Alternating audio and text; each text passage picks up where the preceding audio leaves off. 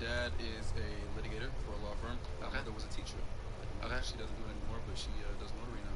David Anthony Burke was born in Queens, New York, to Colleen and Dalwood Burke, two Christian parents that seemingly would give him a tough and controlled upbringing. Everything we played in the house, music-wise, was just Bach, Beethoven, Mozart, gospel music, like classical stuff, instrumentals only. Like we didn't listen to any other music. There was no like Lady Gaga and all the popular artists everybody was listening to. We never could listen to that because my parents wouldn't let us. It was just like straight classical stuff. It was literally it was all gospel and like classical, Mozart, Bach, like all that kind of stuff. Because my parents wanted me to be really smart. They never like talked about college or anything like that, but they always wanted me to be very intellectual, very put together, have an idea of what I'm doing, but they never like listen to music like that at all. Trying to control what your kids listen to and the content they consume isn't necessarily harmful in and of itself. If a kid is going to school and has no level of cultural relatability, it will cause feelings of being excluded, which in turn affects his socialization. If everyone got to access music and it became a point of discussion he couldn't involve himself in, it might have led to feelings. Choose the team you want to start your franchise with. He tried to find a way around it. Did your parents put sort of a cap on what you could and couldn't listen to in the I was house? thinking It wasn't I like that. had this little iPod. I got it with me right now too. I still got these. I used to Oh, the iPod Touch. I used to sneak around with the iPod Touch and download things off iTunes and stuff like that. Sneaking around his parents like this is consistent with reactance theory, proposed by Jack Brem in 1966, when perceived Continue behavioral ahead to freedoms begin restricted, your franchise. individuals are Use the motivated options on the claim left to edit league settings or change your role to a player or owner. Music becomes more desirable, and the individual tries to acquire it by any means, even if it includes secrecy. Now, it's not the behavior itself that's necessarily significant, but the pattern it establishes. That authority is to be managed through concealment rather than confronted directly. This pattern would then reoccur later for his adult life.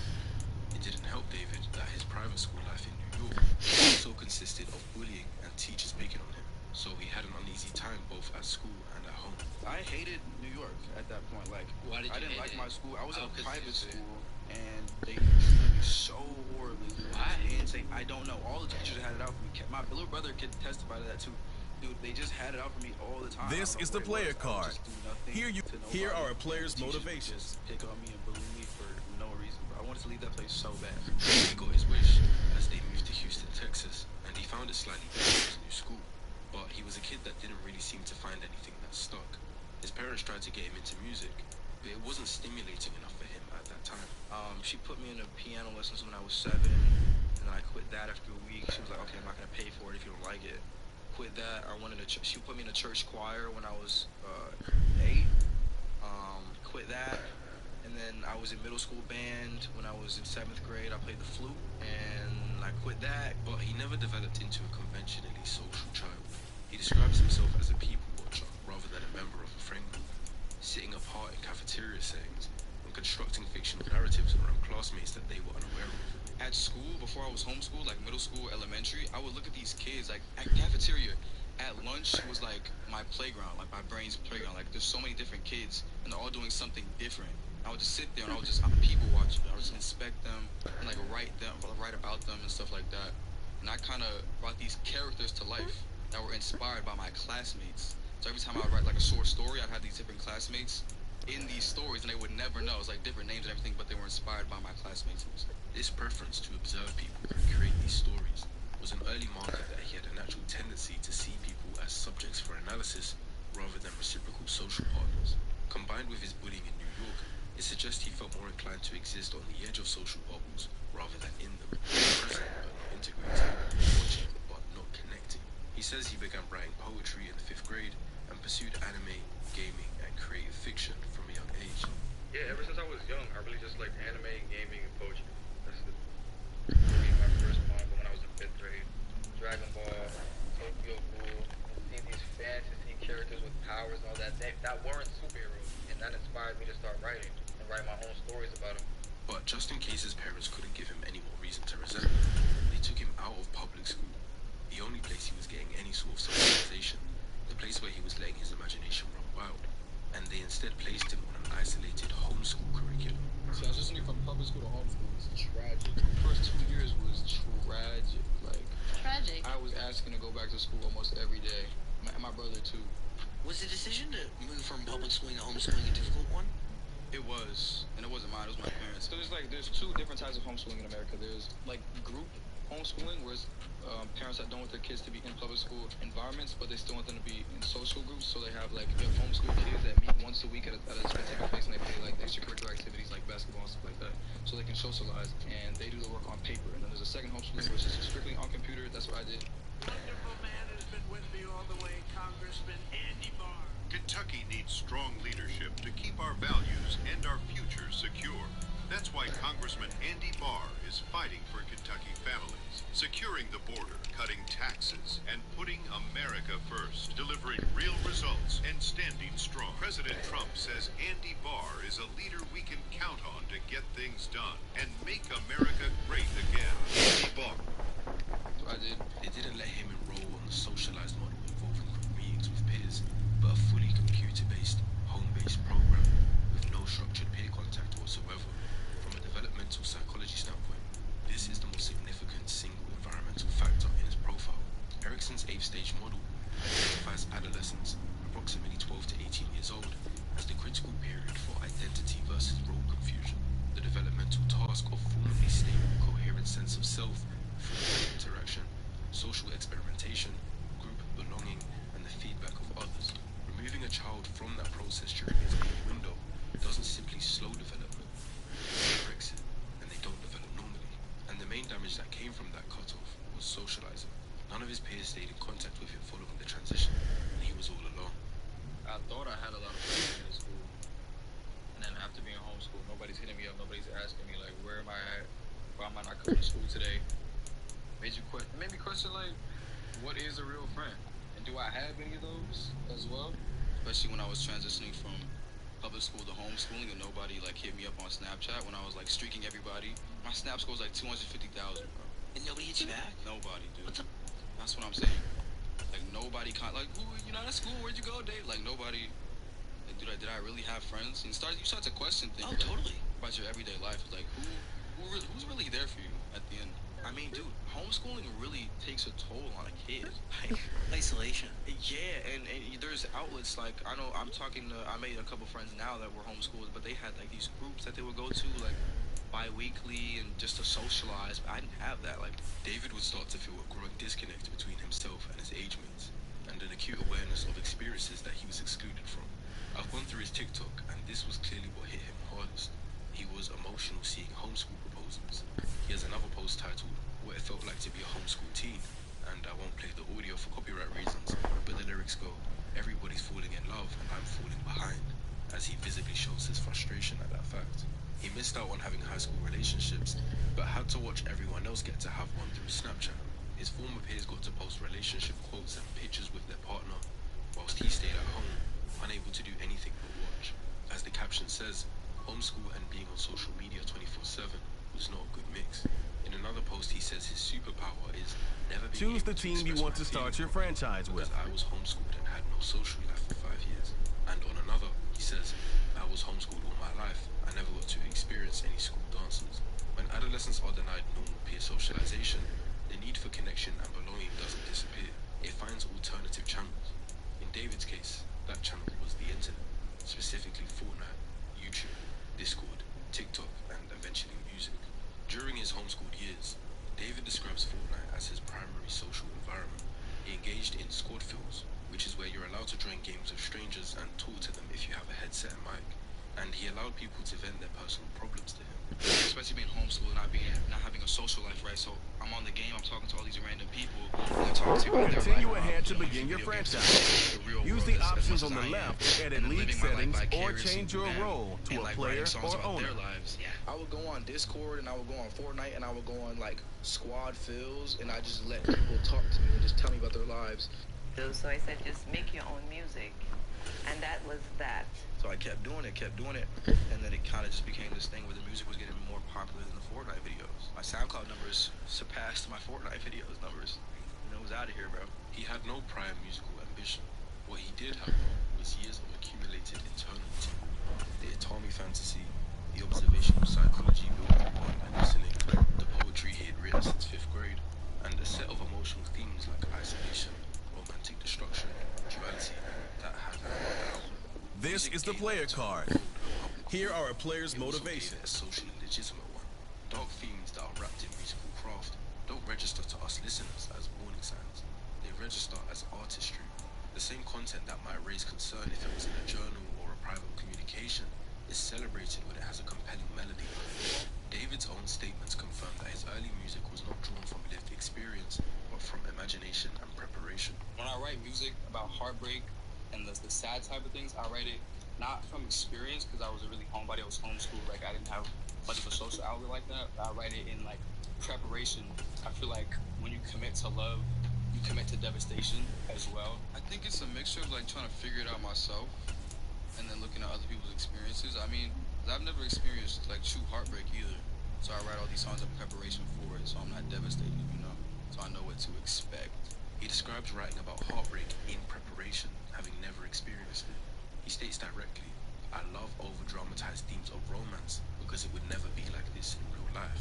I love over-dramatized themes of romance because it would never be like this in real life. So it allows you to like have more room to play around. The thematic content of his early catalogue in 2022, like Bleed Out in March, Dirty Secrets in May, Romantic Homicide in July, centers on romantic destruction, hiding dark secrets, killing a romantic partner, and feeling the remorse.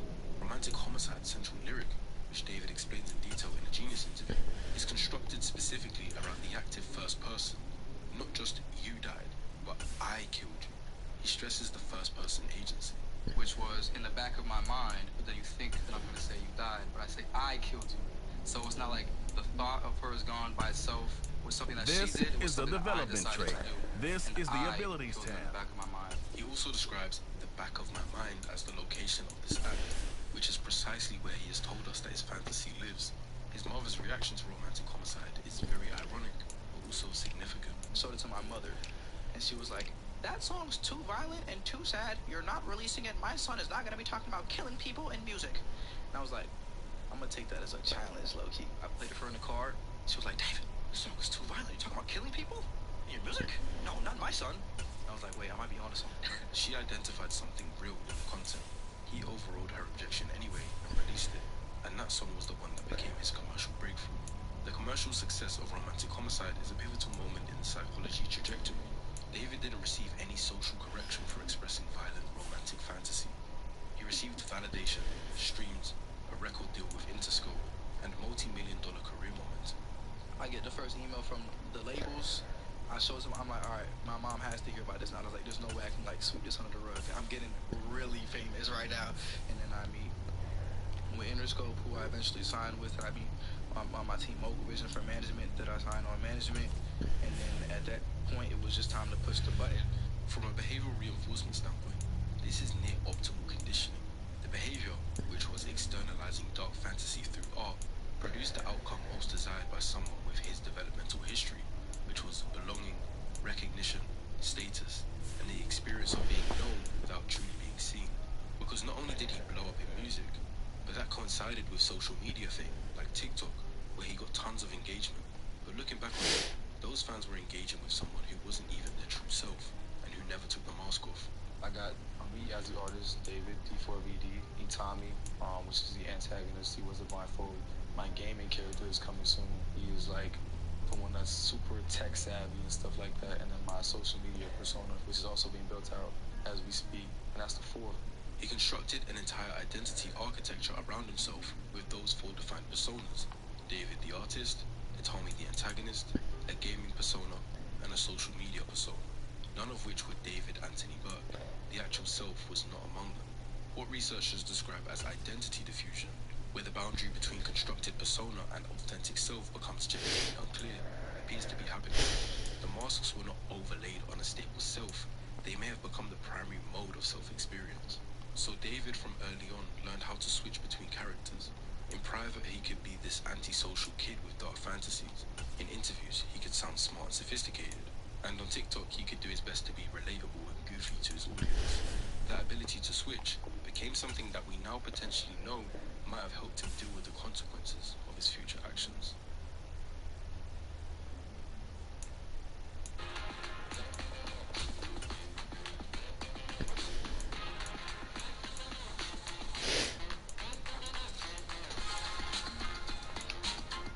The built-in search collects your search history, and it blocks most cookies and ads.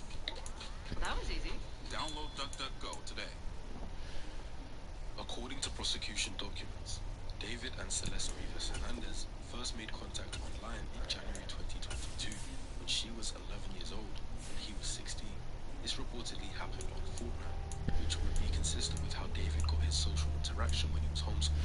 The prosecution documents confirm a physical relationship began in November 2023 when Celeste was 13 and David was 18. So they knew each other online for almost 2 years before ever becoming intimate. This is purely my opinion based on available context and evidence, but I don't believe David sought out Celeste in a predatory form, looking for a minor specifically because that's what physically attracted him. The fact he was only 16 at the time and was being homeschooled makes it completely plausible that the relationship began as some kind of intense online companionship, where he was just happy to talk to someone, with age not being one of his concerns. I believe they started off as friends who confided in each other, made jokes, and wasn't started off in any inappropriate nature. What changed it is the question. The evidence that the prosecution bring forward documents a pattern that David was grooming Celeste in stages that got gradually more intense. The first thing he did was make her feel special. He released a romantic homicide music video on Celeste's birthday. He then recorded a song titled Celeste in December 2023, expressing deep personal obsession, and he continually maintained her presence in his Discord server. The song Celeste references the girl with my name tattooed on her chest, a detail that subsequently materialized in reality when Celeste had his name tattooed on her finger and shared it in the Discord server in July 2024. He also never publicly posted her on social media, but would post pictures where she's present but not identifiable, or captioning posts referencing having a girlfriend, to show his fans he was in a relationship, which gave his romantic music credibility. Another thing he did was use financial control. Prosecution documents confirmed that after Celeste's parents removed her phone from her in February 2024, David drove to Lake Elsinore, where she lives, and paid a classmate $1,000 to provide Celeste with a new phone he had purchased so that they could maintain contact. This was done after law enforcement had directly informed him that she was a 13-year-old runaway.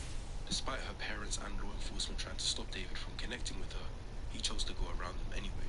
He then isolated her from her family and support system. There's debate on whether Celeste had the best home life in the first place, but David definitely capitalized on that and took advantage of her vulnerability. Throughout 2024, the prosecution documents confirmed that Celeste spent significant time at David's Hollywood Hills residence, accompanied him to Las Vegas, London, and Texas, and was repeatedly reported missing by her family. This pattern of running away is consistent with successful grooming. The victim's primary attachment has been displaced towards the perpetrator. David had become the new safe place in her eyes, which is really sad to think about in hindsight. Another thing David desired was surveillance and control. It could be for humor purposes, so take it as context rather than fact. But in January 2024, after they'd started a physical relationship, he posted a TikTok with the text on the screen implying a partner telling him that she will swallow an AirTag so he gets to know her every move. It seems playful on the surface, but with the context we have, he's describing a desire for a constant location surveillance over a minor. On January 11th, 2024, David did a Twitch stream, but he had Celeste in full view of his audience, right there in plain sight. She was wearing a hoodie and glasses to perhaps conceal suggestions at her age, and they seemed to be doing a cooking stream. Seasoning? It's already seasoned, bro. It's Seasoning. I've yet to find the full stream, but something gets said beforehand, and the comments start saying things like, "Pray for his career, chat. You're done for, bro. Nah, you going on the Epstein list. There's no escaping this, bro. Caught you in 4K." All messages that allude to the chat realizing that David is allegedly. David reads these comments out aloud and questions Celeste. "Are we done?" To which Celeste says, "We need to delete this." Pray for his career, chat. Are we done? We need to delete it. Maz, can we delete all VODs? And as soon as the stream ends, delete the stream too. Can we delete everything? You done for, bro? Y'all are not done? Not even on Yo, wait. You see the instant panic in David because he's tried to keep this relationship a secret, and this was the closest he got into being exposed. The chat continues with David and Celeste Island trip and David Epstein flight list, but something else gets said. David puts his hand firmly on Celeste's shoulder and says, "I media trained you," to which she replies, "No, you didn't." I personally don't. I media trained you. He says that's controversial, and she questions him with something that almost exposed his secret to the world. That's controversial. It's controversial of kids.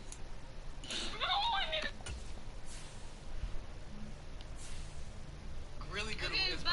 It's been a good one. Bye. Bye, guys. Mwah, mwah, mwah, mwah, mwah. Oh my. Delete everything. Delete everything. Everything goes. Everything. She seemingly regrets saying it straight away, and David ends the stream.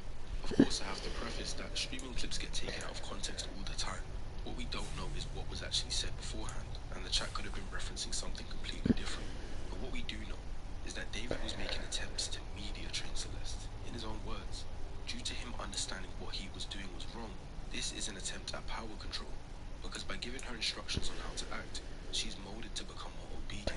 It's crazy that this Twitch stream is almost a mirror of what the prosecution are alleging David did to Celeste over a year later. When he was on the verge of getting exposed, he tells his mods to delete everything, to physically discard of the evidence so that no one can find out the truth. He did what he needed to maintain control over the narrative, and panics when there's a risk of the mask slipping. Prosecution documents state that Celeste and David broke up in November 2024, though text messages confirm a continued contact through to at least March 2025. The documented text exchanges describe Celeste growing distressed at the nature of their relationship. She messaged, according to prosecution filings, "All we do is have sex and just hang out, man. I want more than that for myself." If you notice, the prosecution frames this as evidence of David's manipulation. This is because of the context that is supposedly surrounding this message. The prosecution's argument is that David had deliberately led her to believe that they had some sort of future together, that she was his girlfriend, his partner, someone he was building something with, specifically in order to maintain physical access to her and her silence. She was emotionally invested in a future I don't think he actually planned to give her. Now, before we proceed, I have to reiterate, because I know how soft the YouTube guidelines are when it comes to active cases and demonetization, but David is only alleged to have murdered Celeste Rivas Hernandez and has pleaded not guilty. So take what I say next as opinion, as rumors, as theory, but not fact. Because his behavior over 2025, if not guilty of the murder, just looks like normal behavior. But that's also the problem if he is guilty, because only a psychopath could do what's been done to Celeste and go about life as normal. On the night of April 22nd, 2025, prosecution documents describe a lengthy argument conducted over text messages. Celeste had become aware of David's relationships with other women, although they supposedly weren't in a relationship anymore. This triggered Celeste, and she threatened to expose their relationship publicly and destroy his music career. His debut studio album, Withered, was scheduled for release April 25th, 2025, so 3 days later. On top of that, he had a multi-million-dollar career, active endorsements, and a world tour booked. The prosecution alleges that at approximately 8:40 p.m. on April 23rd, 2025, David ordered an Uber to transport Celeste from her Lake Elsinore home to his Hollywood Hills residence. She arrived at approximately just after 10 p.m. The prosecution alleges that shortly after her arrival, David stabbed her multiple times and stood by while she bled out, making no attempt to call emergency services. At approximately 11:30 p.m., he drove north on the 101 freeway to Santa Barbara County, texting and calling Celeste's phone as he drove, a pattern the prosecution characterizes as a deliberate attempt at a cover story. He returned home early on April 24th, went to a radio interview for the album, and attended the album release party later that evening. The prosecution then documents evidence of David's poor attempt at concealing the crime and dismembering her body, which he then left in the front trunk of his Tesla. Burke placed her body in the inflatable pool heat order to prevent her blood from spilling onto his garage floor and used a chainsaw to cut off her limbs. Surveillance footage confirms David drove his Tesla for the last time on July 29th, 2025, before parking on Bluebird Avenue in Hollywood Hills and departing for his concert tour. And this is the alleged story we have so far on how David potentially murdered Celeste and then continued with life like nothing happened. And Rally's $3 doubles will have you going all in. Double down. You live life like nothing happened. The following analysis I'll give is based on if the evidence presented by the prosecution is factual and proven, and is just my opinion. The first thing that I believe to be true is that David demonstrates a dark triad personality. The dark triad is a mix of 3 personality constructs: narcissism, Machiavellianism, and psychopathy, identified in psychological literature as co-occurring and collectively associated with manipulative, exploitative, and callous interpersonal behavior. And I believe all 3 appear relevant to David's documented behavioral profile. Narcissistic personality disorder, or NPD, is characterized characterized by grandiosity, a persistent need for admiration, entitlement, and a lack of genuine empathy. Subclinical narcissistic traits, which don't meet the full diagnostic threshold but are clinically meaningful, are observable in David's behavior across multiple domains. The construction of an elaborate multi-persona identity architecture, the use of a child as a participant in its artistic and fantasy world, the apparent expectation that normal rules, including the laws, didn't apply to him, and the documented use of financial resources to purchase compliance from multiple parties, like Celeste's classmates and potentially others, rather than just accepting social or legal constraints. He continued pursuit of Celeste after direct law enforcement contact, despite being explicitly told that she was a 13-year-old runaway, which just demonstrates how important he thought he was. Narcissistic individuals frequently exhibit a belief that ordinary legal and social constraints are obstacles that apply to others, but not them. Machiavellianism refers to a strategic, manipulative orientation towards interpersonal relationships. In simpler terms, using others as instruments towards personal goals, maintaining multiple social presentations simultaneously, and planning several steps ahead in your detailed plans. David's documented behavior across the 2022 to 2025 period is consistent with this profile. The staged disclosure of his relationship that was sufficient to lend his music credibility, but not enough to expose it. The financial management of witnesses, the claimed media training of a minor to manage his public perception, and the fake name he used on the Amazon purchases when trying to cover his murder trail. Psychopathy is characterized by reduced fear response, diminished empathy, shallow affect, and the capacity to engage in harmful behavior without the guilt and anxiety that normally regulates such behavior in normal individuals. What's actually happening in the brain is reduced amygdala reactivity, meaning the internal alarm system that makes violence psychologically hard to deal with is significantly reduced. David's deliberate desensitization program beginning at 14, his awareness of this process, saying, "I watch God to desensitize the part of my brain that feels empathy to the wrong things," and his ability, if the allegations are accurate, to attend a radio interview and album release party within hours of the alleged murder, are all consistent with elevated psychopathic traits. The prosecution's timeline describes someone who moved through the alleged crime and its immediate aftermath in a goal-directed, organized manner, without visible emotional disruption to his public function. He saw the murder and the cleanup as a task to get out of the way, rather than a major disturbance to his life. It's important to note that psychopathy exists on a continuum. High psychopathic traits do not predict violence on their own. They represent a reduction in the internal constraints that make violence improbable for most people.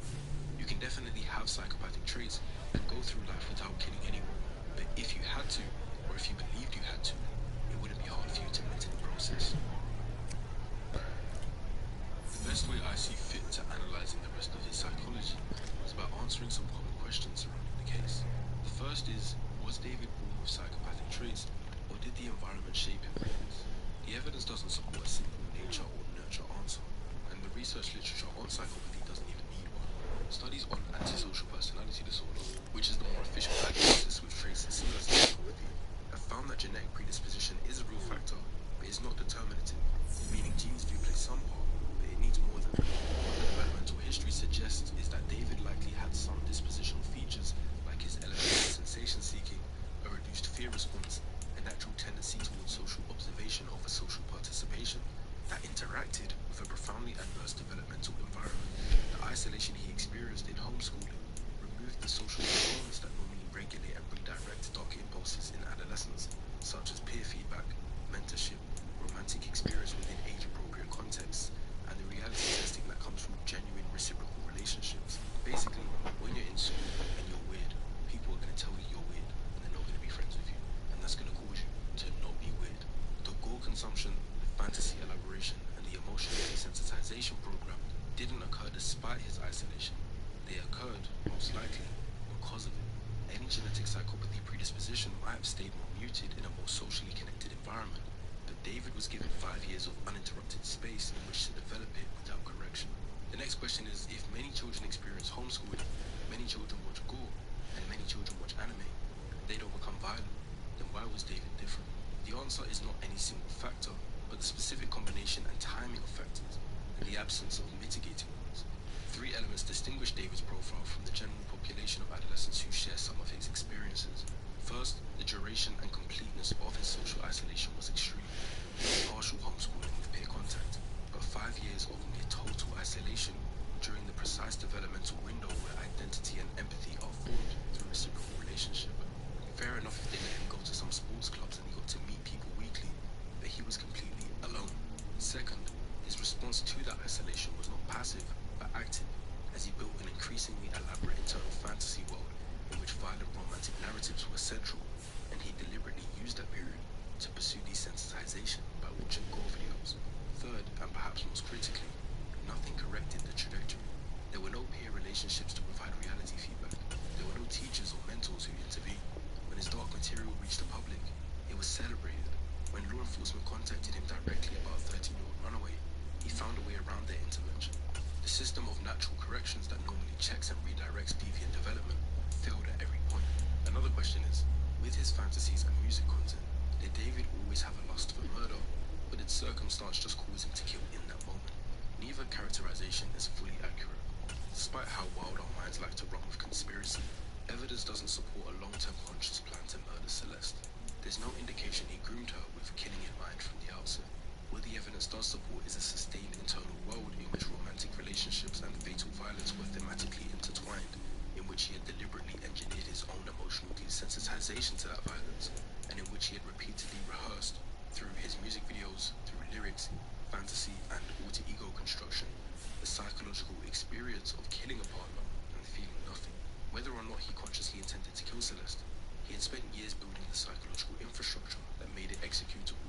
The prosecution's alleged motive that he was silencing a threat to his career is entirely plausible as a proximate trigger, but the proximate trigger ignited something that had been laid down over a long period of time. A person without that psychological infrastructure, confronted with the same threat, would not have had the same response. They might have offered to talk about things, maybe to pay her off, or something, but not murder. A very common question is, why did he leave the body in his Tesla and then just go on tour?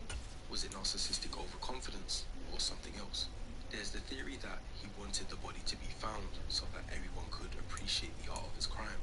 And whilst psychologically intriguing, it doesn't hold up well against the broader evidence. The prosecution documents a person who used a false name to purchase disposable equipment, drove to Santa Barbara County to destroy evidence the night of the alleged murder, made deliberate false statements to law enforcement, and continued attempting to incinerate evidence months later, as he bought a burn cage in July that he didn't end up using. This is not the behavior of someone wanting the body to be discovered.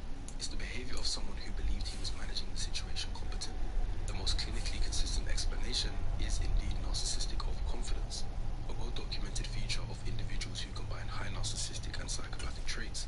The belief isn't simply I am above the law in an abstract sense. It's the belief that the individual's intelligence, status, and resources are sufficient to manage any problem. Leaving the car on the street rather than disposing of it properly is a catastrophic risk assessment failure. It's consistent with the same cognitive pattern that led him to go to his radio interview the morning after the alleged murder. The operational logic appears to have been, the car is not at my address, it's a few hundred feet away, I'm about to leave on tour, and this is manageable. He definitely thought that Celeste running away all the time was going to play to his advantage, as no one would be looking for her. But when it comes to dead bodies decomposing, you don't look for that smell. The smell finds you. One more pack? Hey, let's go! Origin Form Palkia V-Star. Super playable card. Challenge completed. We got to rip some packs and open some mystery bags and got some awesome hits. Look for that smell. The smell finds you. The question most fascinating to me, especially when watching all of his TikTok videos following the proposed date of the alleged murder, is what allowed him to continue functioning normally after the fact.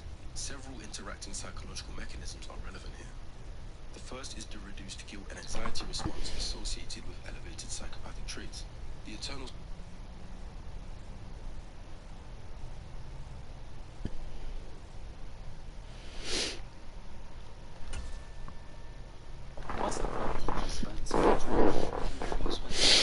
Easily see. Here are some recommendations to get you started. So you have money problems. I have money solution. She's problem. You see what I deal with, counselor? This is very common among couples, don't worry. You keep complaining about my spending, but he big spender. Are you a big spender? How much you charge per hour? $250, man. I look like I'm big spender. This issue has been lingering for a while, though. Did you agree now? Yes, every year you have to go buy a new car, new BMW. You get nailed on every week. Wheels are cheaper than cars. $900 per month on day. You can finance best luxury car at this price. Finance? You never finance, you always pay cash. This is good. Get it all out. Whose side are you on? I don't take sides. I'm a mediator. A mediator. I help you guys find the middle ground. Middle ground is he. Stop spending money, not me. You know what? She's right. I am. She is. will stop spending money on unnecessary things. I'm so glad we will get to this solution. Me too, me too. I'm glad you could give me this session for free. Yalla habibi. What's the problem? She spent so much money. Would you agree you spend too much money? No, I don't. It's not you agree or not agree. I show you bank statement. It's fact. So you have money problems. I have money solution. She's problem. You see what I deal with, counselor? This is very common among couples. Don't worry. He keep complaining about my spending, but he big spender. Are you a big spender? How much you charge per hour? $250 is fine. I look like I'm big spender. This issue has been lingering for a while, though. Would you agree now? Yes, every year you have to go buy a new car, new BMW, and you get nailed on every wheels are cheaper than cars. $900 per month on name. You can finance best luxury car at this price. Finance? You never finance. You always pay cash. This is good. Get it all out. Whose side are you on? I don't take sides. I'm a mediator. A mediator. I help you guys find the middle ground. Middle ground is he stop spending money, not me. You know what? She's right. I am. She is. خلاص, I will stop spending money on unnecessary things. حبيبي والله. This song.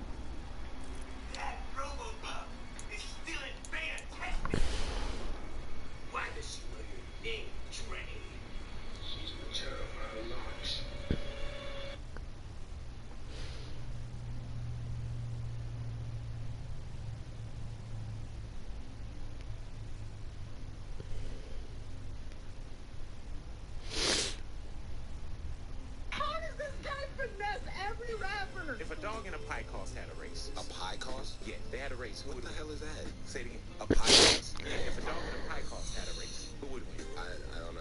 A dog. You think a dog is faster than a pie cost? What is a pie cost? About $6.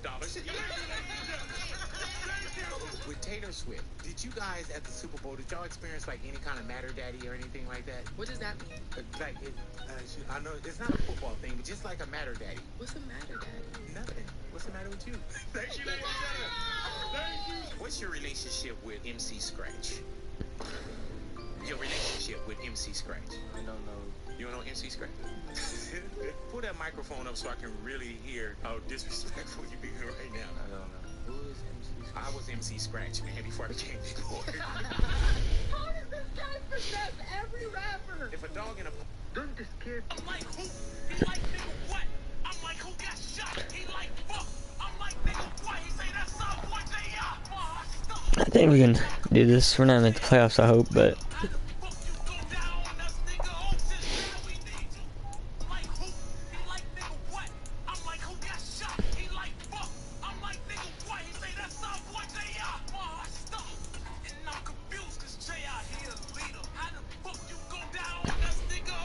In 1973, a 17-year-old boy walked into a Houston police station with an impossible confession. He claimed he'd just killed the worst serial killer in Texas history. For 3 years, Dean Coral had been murdering young boys across Houston. At least 28 victims, maybe more. But Coral didn't work alone. He recruited teenagers David Brooks and Elmer Wayne Henley as accomplices, promised them money and drugs to bring him victims. Coral owned a candy factory. Parents trusted him. Kids knew him as the friendly candy man who gave out free sweets. Behind that mask, he built a torture chamber, soundproofed, equipped with a board where he chained his victims. The boys he recruited didn't understand what they were feeding their friends into, until it was too late to stop.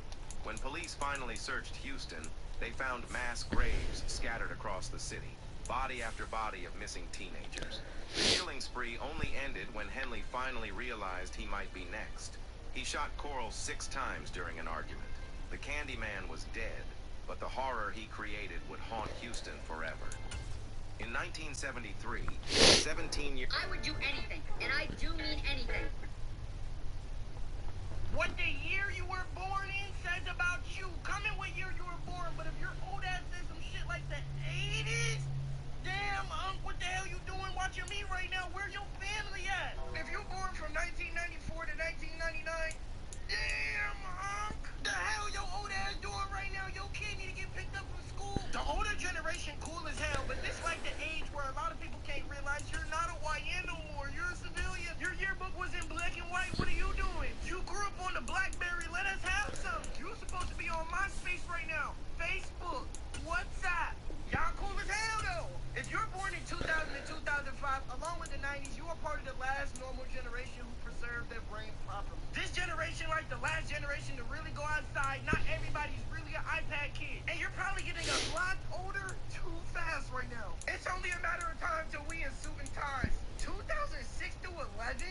Half y'all niggas was born after Obama. Like, come on, bro. Y'all sperm cells. This generation still use Snapchat, but they funny as hell, though. But you uncultured. And low-key, everybody in this generation can't wait to have freedom from their parents. But you gonna realize soon that ain't what you want. Niggas is born in 2012. Hey, little niggas, I'll catch y'all in part 2. What the year? I feel like The I show speed situation is bad.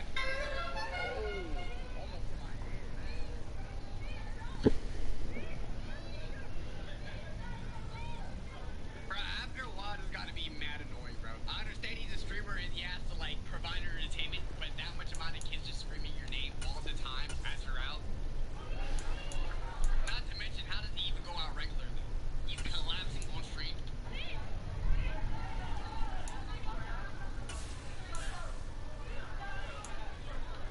Guys, I think we've officially hit the point of no return when it comes to streaming, or honestly, just like social media content in general. I think the expectations of the average social media consumer have just become so grand that there's really... Yeah. I feel like streaming used to be much more simple, but now it's like, now that IRL streaming is a thing, people want fireworks, they want shark attacks, they want to see planes crashing into each other. I don't know. I feel like with more high production, people, for them to be entertained live, they need to see some crazy ass shit. Now, going back into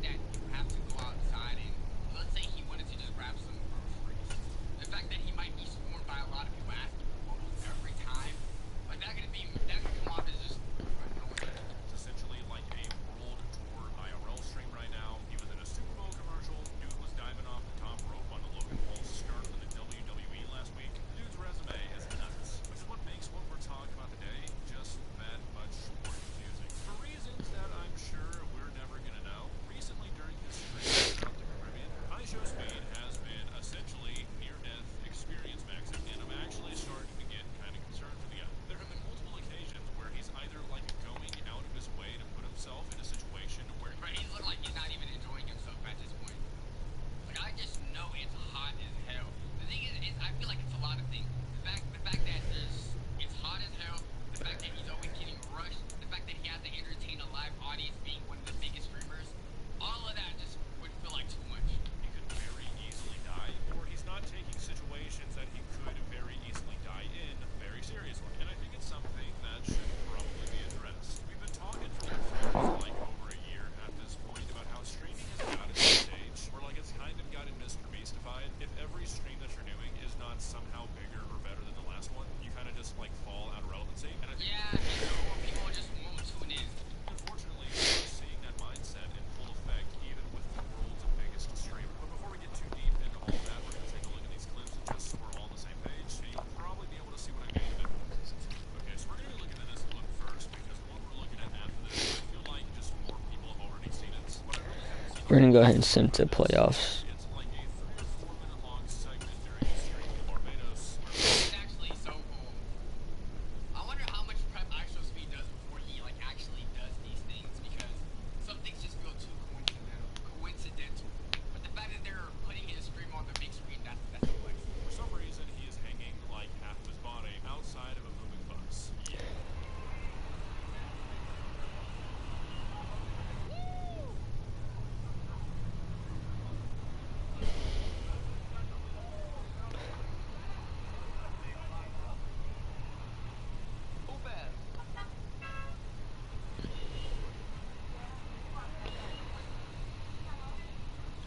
I don't think this is that dangerous because the bus is moving slow. And granted, I don't see no cars coming at him. And even if there is a car coming at him, I feel like he sees how close the car is. Night Surfers Cafe. You should have known.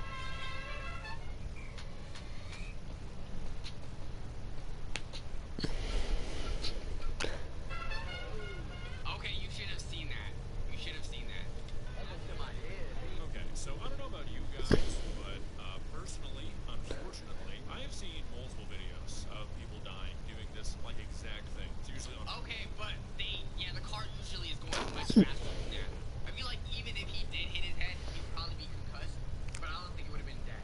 A bus or a train, and I just cannot for the life of me understand why Speed is doing this. And I can understand like why one of his bodyguards doesn't just like pull him in. Like I said, there's like 3 or 4 minutes of this, and there are a couple of moments where this guy could have like genuinely died. Like no joke.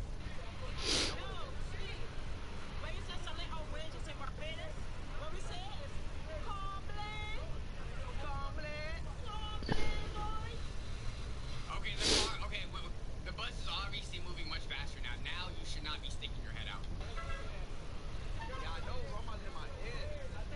So how are you gonna say that so casually and still have your head out though?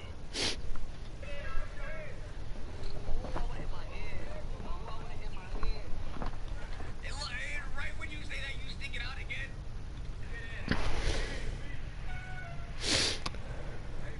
So, I'm gonna say it for the first time in my life. This immediately sparked. Now you won't get a job. Was it worth it? Most love versus most hated race.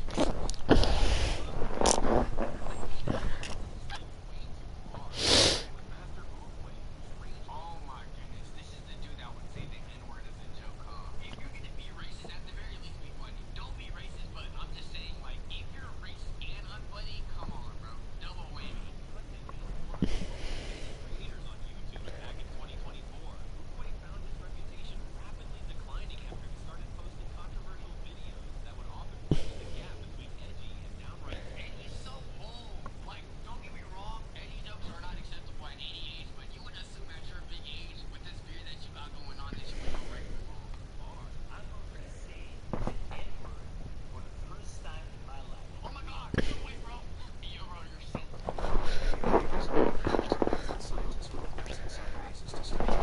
Please don't make the playoffs. Please don't make the playoffs. Please don't make the playoffs. He always reads these studies because he uses those principles to design his games, and he points Yeah, you kidding me? We made the playoffs. How did we make the playoffs?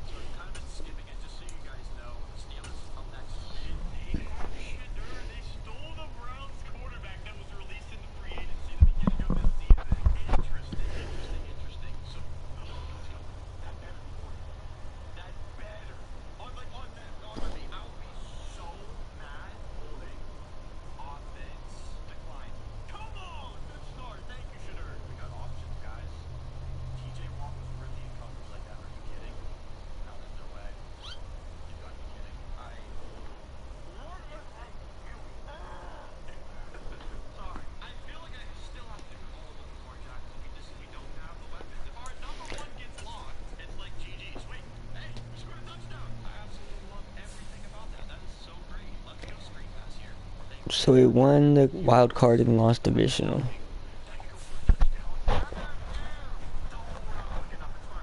So the Chiefs versus, yeah, Chiefs versus Cowboys. Let's look at your early rewards.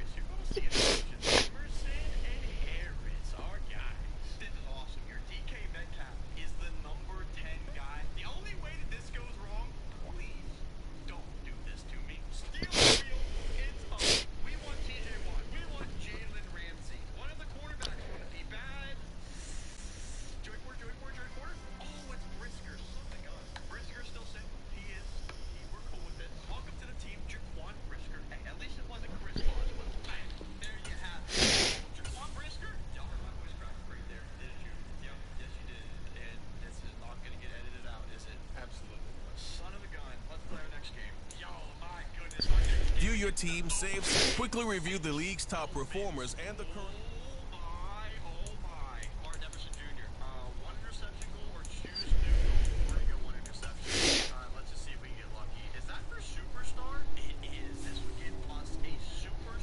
He was 8th in the league in passing yards.